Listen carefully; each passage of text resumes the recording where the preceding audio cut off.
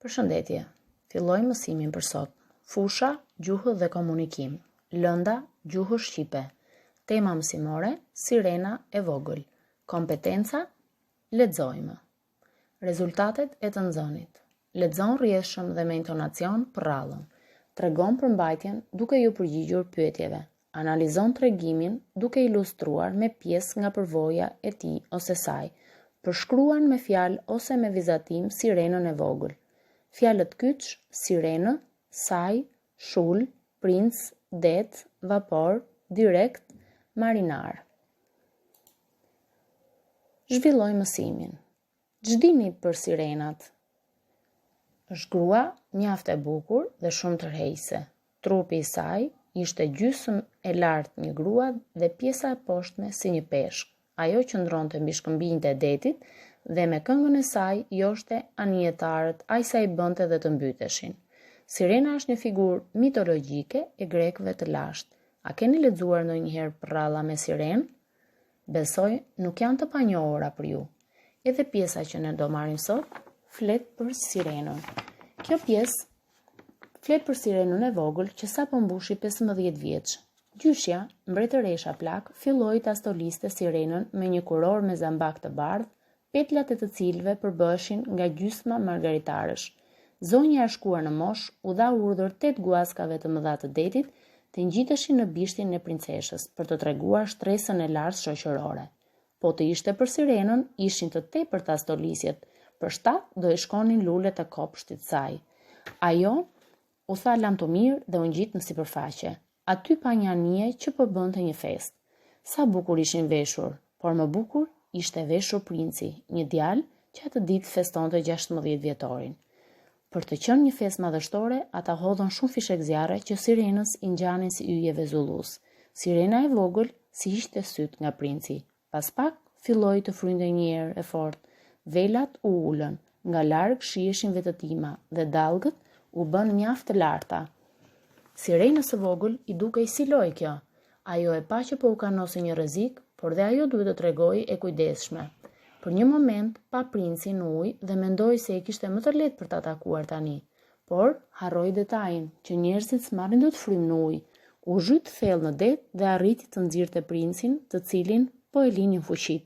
Ajo ja mbante kokën lart si për ujit dhe e la që dallgët ta shpinin ku të mundnin.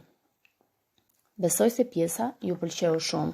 Kjo pjesë është marrë nga përrallat e Hans Christian Andersen. Hans Christian Andersen ka lindur në Odense, një qytet në ishullin e Fionës në Danimark. Në 2 prill të vitit 1805, ai kaloi një fëmijëri mjaft të vështirë në lagjet më të varfra të qytetit të tij të lindjes, me babain e tij Hans Kapucar dhe me nënën Ana, që ishte 15 vjet më e moshuar se i ati. Ai e filloi karrierën e tij me shkrime në moshën 30 vjeçare.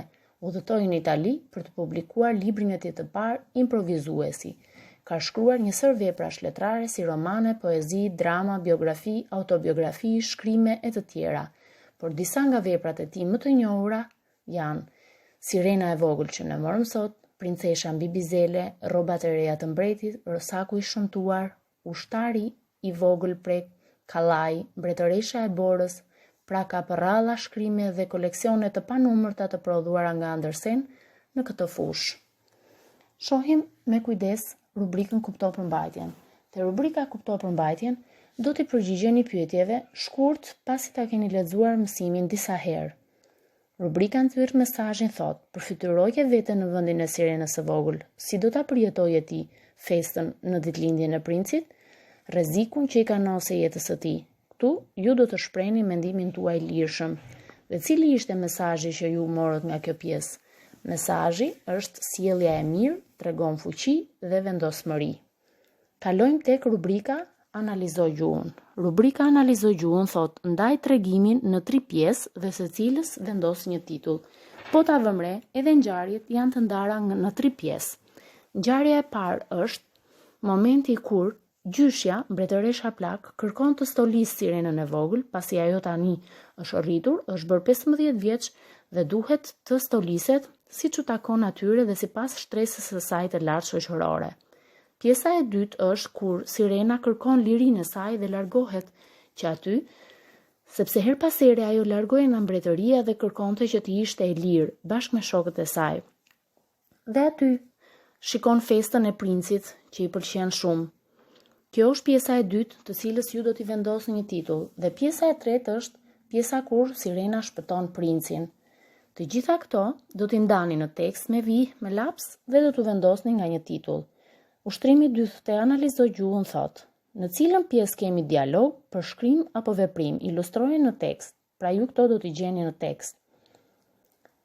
Gjej fjalët kyç me anë të cilat përshkruhet stolisja e Sirenës. Disa fjalë kyç të cilat përshkruhet stolisja e Sirenës janë: kuror zambakësh të bardh, 8 guaska të mëdha, lulet e kuqe të kopshtit. 4. Cilat janë ngjyrat, tingujt, zhurmat që sjellin atmosferën e festës. Këto do t'i gjeni në libër. Si detyrë shtëpie, ju do të pikturoni Sirenën e vogël sipas përfiturimit që ju jepet në pjesën e parë të tekstit. Ju uroj një punë të mbar. Mirupafshim.